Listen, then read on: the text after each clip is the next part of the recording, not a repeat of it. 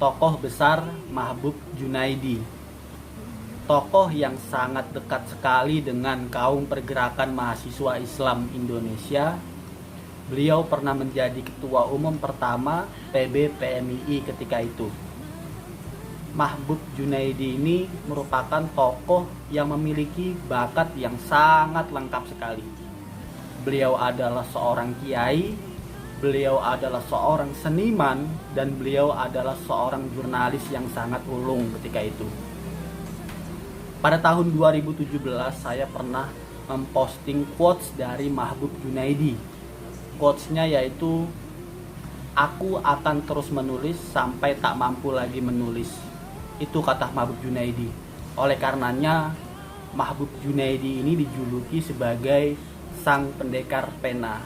Tentu kita semua harus banyak belajar karya-karya dari Mahbub Junaidi. Tentu kita harus sebagai kader PMII harus menteladani Mahbub Junaidi.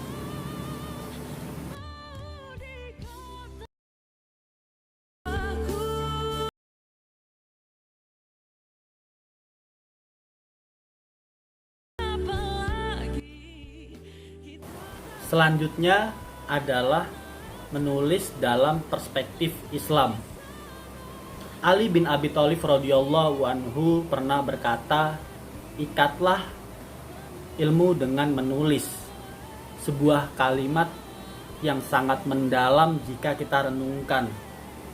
Karena dengan kita menulis, kita dapat menghasilkan sebuah karya yang abadi. Terlebih jika yang kita tulis bisa memberikan manfaat bagi orang lain. Kemudian, menulis dalam Islam merupakan kegiatan yang sangat penting. Menulis dalam Islam merupakan bagian dari budaya keilmuan. Dalam Al-Quran banyak yang menganjurkan kita untuk terus mencari ilmu pengetahuan. Oleh karenanya kita harus bersyukur karena sampai saat ini kita masih bisa belajar, masih bisa membaca ajaran-ajaran agama Islam. Kemudian para cendekiawan muslim banyak menulis karya mereka untuk kita pelajari dan hal itu dapat menjadi amal jariah bagi mereka. Kemudian kitab suci Al-Quran yang berawal dari firman Allah Subhanahu wa ta'ala yang kemudian ditulis di dalam pelepah-pelepah kurma ketika itu, kemudian masuk ke dalam sejarah penulisan kitab suci Al-Quran yang dimulai pada masa Khalifah Abu Bakar dan selesai pada Khalifah Utsman bin Affan. Ketika itu pada zaman Abu Bakar As-Siddiq radhiyallahu anhu, banyak penghafal Al-Quran yang wafat terbunuh dalam peperangan. Sehingga Abu Bakar meminta kepada para sahabat untuk kembali mengumpulkan mushaf Al-Quran, dan Utsman bin Affan juga memerintahkan kepada para sahabat untuk mengumpulkan dan menuliskan serta memperbanyak Al-Quran. Kemudian Allah Subhanahu wa ta'ala menurunkan ayat pertama kepada Rasulullah Shallallahu alaihi wasallam dalam Quran surah Al-Alaq ayat 1, yaitu Iqra bismi rabbikal ladzi khalaq, yang artinya bacalah dengan menyebut nama Tuhanmu yang menciptakan. Kemudian pada ayat keempat dalam surat Al-Alaq, allazi alama bil qalam, yang artinya yang mengajarkan manusia dengan pena. Oleh karenanya penting bagi kita untuk selalu menulis, selalu mencatat. Kenapa perlu mencatat dan menulis? Karena kita bukan seperti Imam Bukhari yang kuat akan hafalannya. Dan kita juga perlu menteladani Imam Syafi'i, karena Imam Syafi'i selalu mencatat, beliau selalu mencatat ilmu pengetahuan yang didapatkan dari guru-gurunya. Sampai-sampai ketika itu Imam Syafi'i di rumahnya penuh dengan catatannya. Kemudian kita masuk ke dalam puncak keilmuan dalam Islam yang ditandai adanya perpustakaan umum yang disebut dengan Darul Ulum, perpustakaan yang menyimpan koleksi ribuan buku ketika itu. Perpustakaan yang berada di Kairo pada tahun 395 Hijriah ketika itu.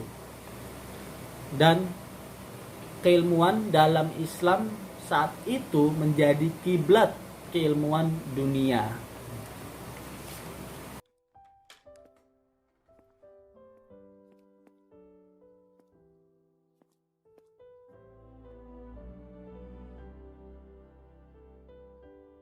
Selanjutnya adalah prediksi tentang Indonesia. Saya ingin sedikit masuk mengenai bonus demografi, di mana nanti pada tahun 2030 Indonesia akan menghadapi yang namanya bonus demografi, dan pada tahun 2045 Indonesia akan menjadi Indonesia emas. Indonesia akan banyak melahirkan generasi-generasi emas. Tentu itu adalah waktu yang sangat kita tunggu-tunggu. Tahun 2030 Indonesia menghadapi bonus demografi, di mana jumlah pemuda jauh lebih banyak dibandingkan jumlah usia senja. Artinya banyak kaum produktif dibandingkan kaum yang tidak produktif. Ketika itu negara Jepang dapat memaksimalkan momentum bonus demografi, sehingga negara Jepang mampu menjadi negara dengan industri terkuat di dunia. Kemudian tahun 2045 beberapa lembaga menyuarakan bahwa Indonesia akan melahirkan generasi emas. Tentu lagi-lagi itu adalah hal yang sangat kita tunggu-tunggu. Namun kemudian ketika kita masuk ke dalam tingkat literasi di Indonesia, berdasarkan beberapa lembaga survei seperti riset dari PISA, Program for International Student Assessment, mengatakan pada tahun 2015 negara Indonesia berada pada ranking ke-62 dari 70 negara. Sementara itu, Central Connecticut State University CCSU pada tahun 2016 negara Indonesia berada pada urutan ke-60 dari 61 negara. Artinya Indonesia menduduki ranking nomor 2. Itu dari bawah. Nah, itu setelah Thailand dan sebelum Bosnia. Nah, namun kemudian kita tidak boleh pesimis. Kita terus mengembangkan ataupun meningkatkan minat baca kita dan minat menulis kita untuk menghadapi bonus demografi dan Indonesia emas. Masakan mama yang paling juara.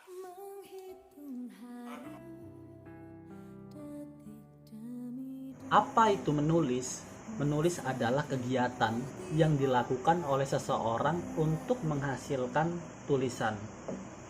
Kemudian bisa dikatakan bahwasannya menulis adalah proses penuangan gagasan ataupun penuangan perasaan ataupun penuangan pemikiran.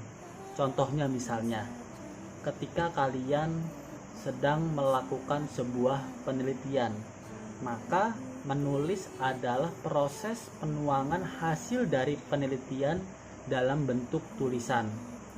Contoh lainnya ketika misalnya kalian sedang merasakan perasaan gelisah ataupun kalian sedang merasakan perasaan kebahagiaan, kalian bisa menuangkan perasaan itu dalam bentuk tulisan.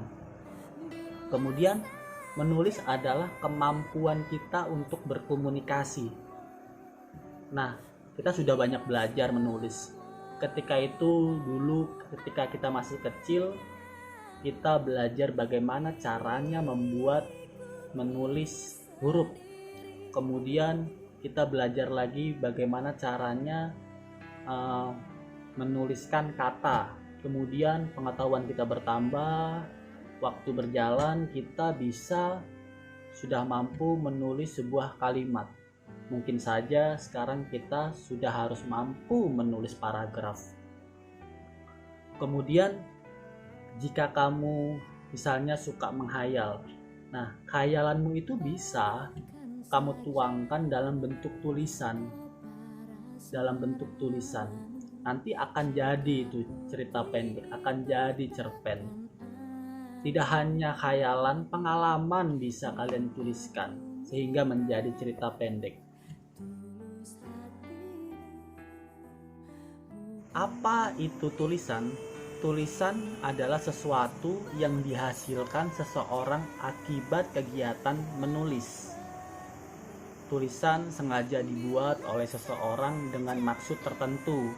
Misalnya seseorang menulis puisi, ataupun seseorang menulis novel, ataupun seseorang menulis karya ilmiah, ataupun seseorang menulis artikel. Kemudian, apa itu penulis? Siapa itu penulis? Penulis adalah seseorang yang pekerjaannya melakukan kegiatan menulis.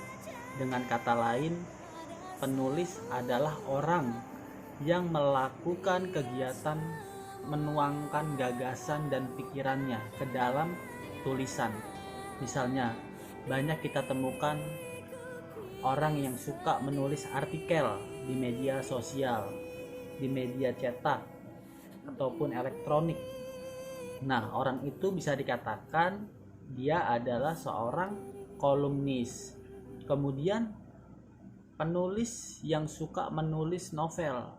Nah, itu adalah seorang novelis. Penulis yang suka menulis cerpen, itu adalah seseorang yang biasa kita sebut dengan cerpenis. Nah, mereka semua adalah penulis.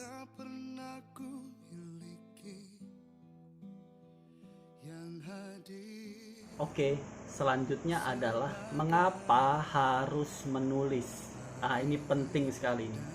Yang pertama adalah jangan menjadi pribadi yang konsumtif. Kita harus menjadi pribadi yang produktif. Itu penting. Mungkin selama ini kita selalu membaca, terus menikmati karya-karya tulisan orang lain. Misalnya ketika kita sedang mendapatkan sebuah tugas, kita langsung mencari referensi tulisan-tulisan orang lain. Sebenarnya itu sah-sah saja, sah kita lakukan.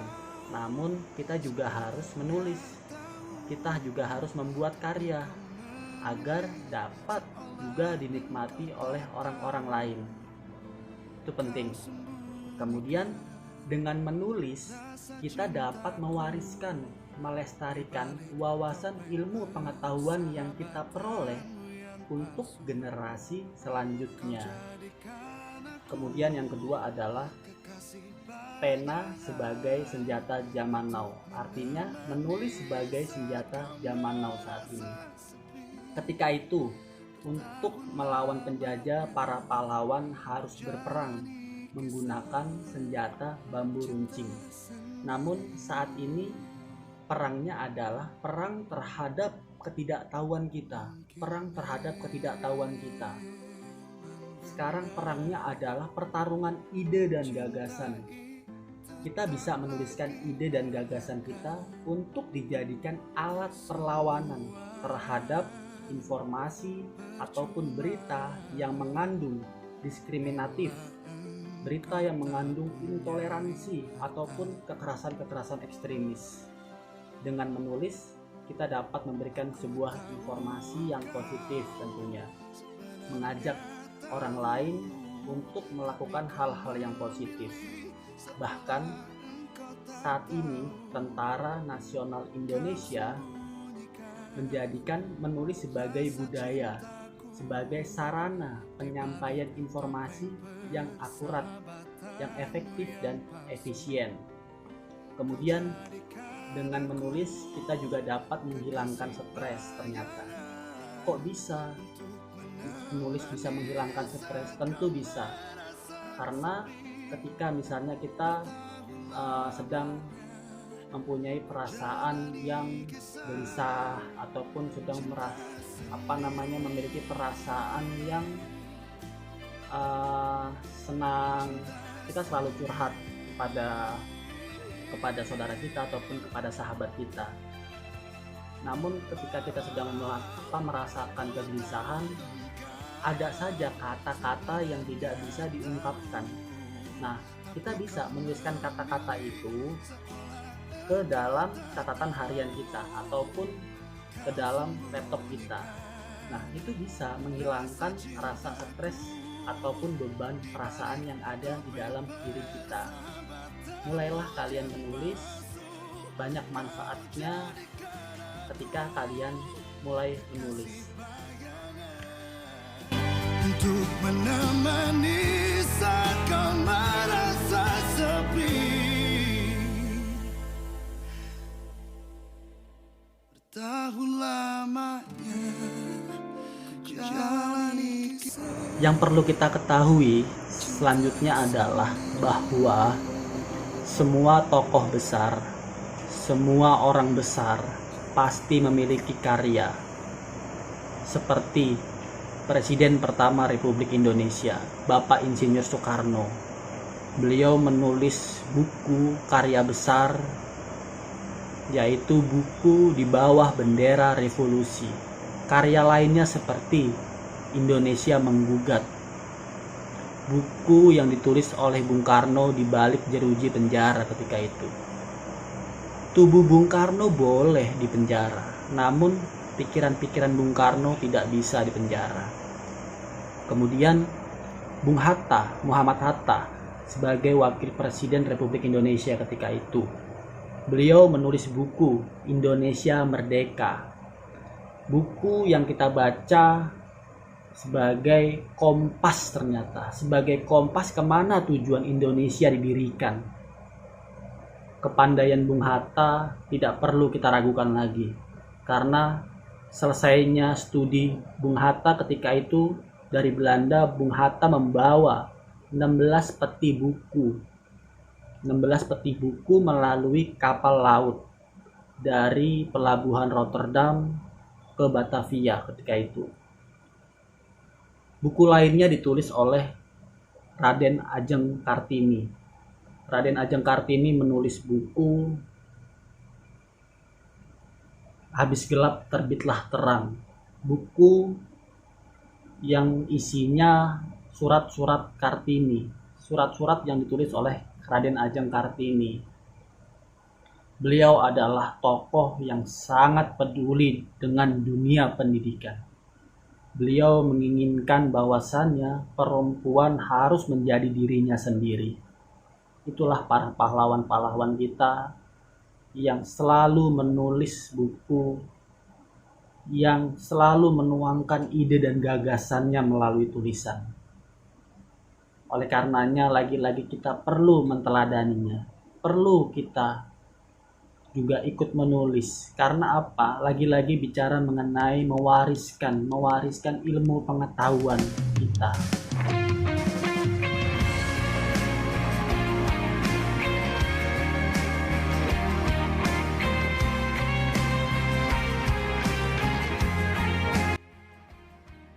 Selanjutnya adalah bagaimana kalau misalnya belum ada ide untuk menulis.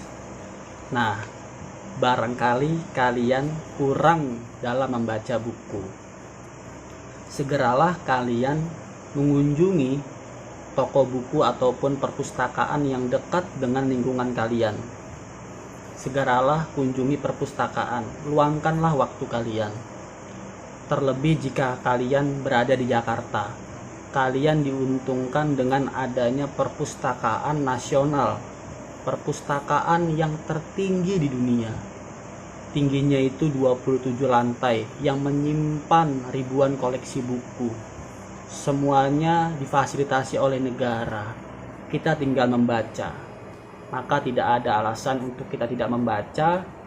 Di Play Store ada juga iPusnas. Kita bisa meminjam buku.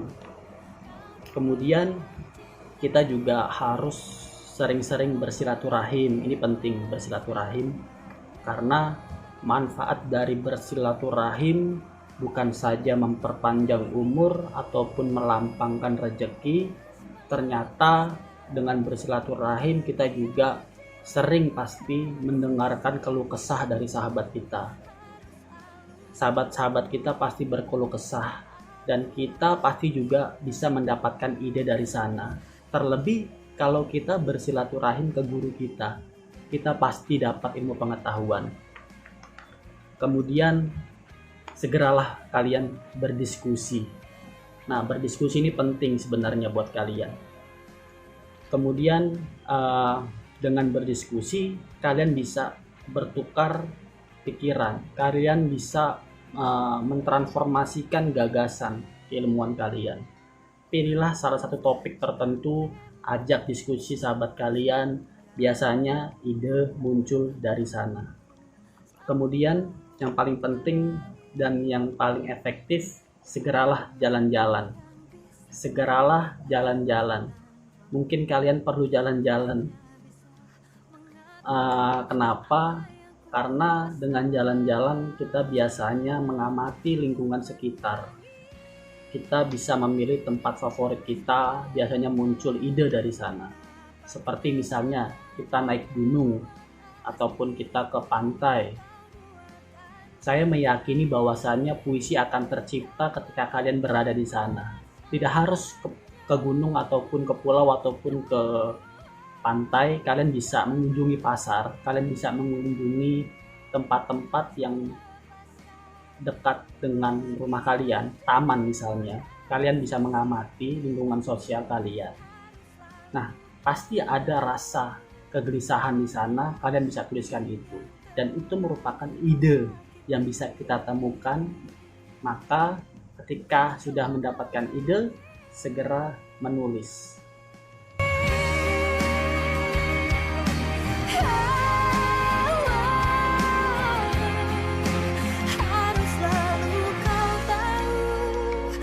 Nah, selanjutnya adalah kenapa tidak mau menulis. Biasanya kita ini terlalu banyak alasan untuk tidak menulis. Entah itu alasannya, aduh lagi gak mood nih, aduh gak ada waktu buat nulis. Nah, itu dijadikan alasan. Lagi-lagi alasannya, aduh belum ada ide untuk nulis, bingung nulis apaan, gitu kan. Jangan dibiasakan itu. Segeralah abadikan momen-momen kalian melalui tulisan. Kemudian kalian jangan merasa tidak bisa padahal belum mencoba. Jangan tidak percaya diri, harus percaya diri. Malu, takut karena merasa tulisannya nanti kurang baik, selalu membanding-bandingkan diri sendiri dengan orang lain lah. Misalnya, pantas dia bisa nulis, dia ikut pelatihan menulis, pantas dia bisa menulis, dia biasa menulis di koran ataupun di artikel lainnya. Jangan, stop membanding-bandingkan diri sendiri. Mulailah menulis. Kemudian siapapun bisa jadi penulis, siapapun.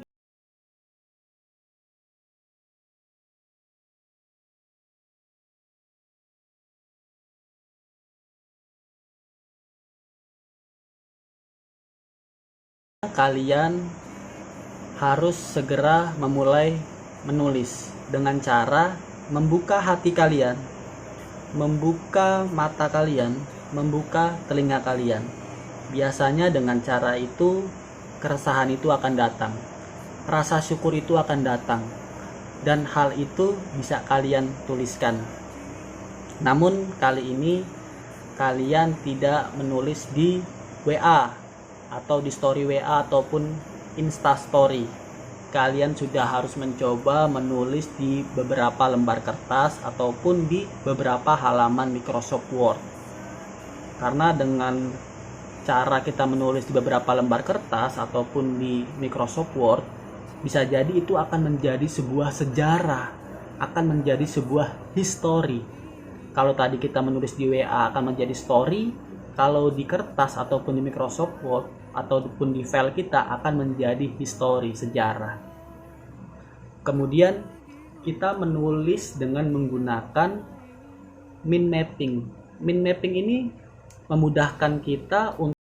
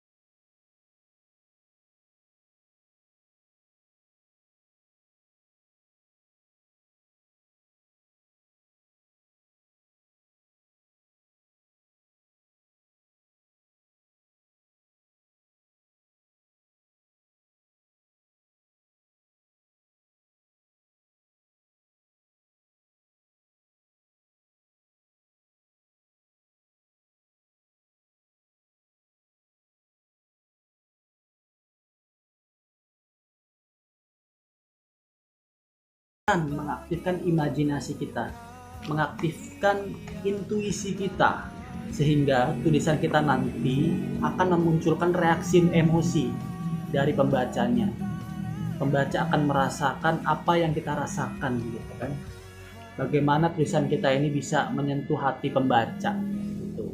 Dengan mengaktifkan intuisi dan imajinasi, maka biasanya kreativitas itu datang.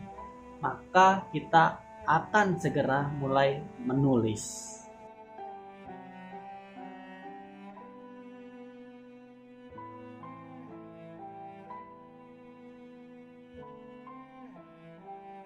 Jika di awal slide saya menampilkan quotes dari Mahbub Junaidi, di akhir slide saya menampilkan quotes dari Pramudia Anantatur yang mengatakan bahwa orang boleh pandai setinggi langit, tapi selama ia tak menulis, ia akan hilang di dalam masyarakat dan dari sejarah.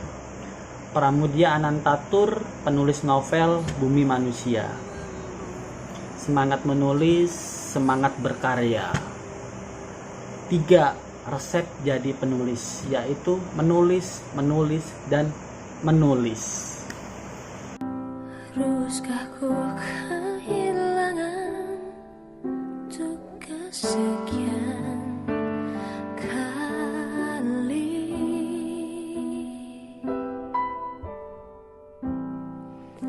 Tuhan, ku mohon jangan lakukan itu.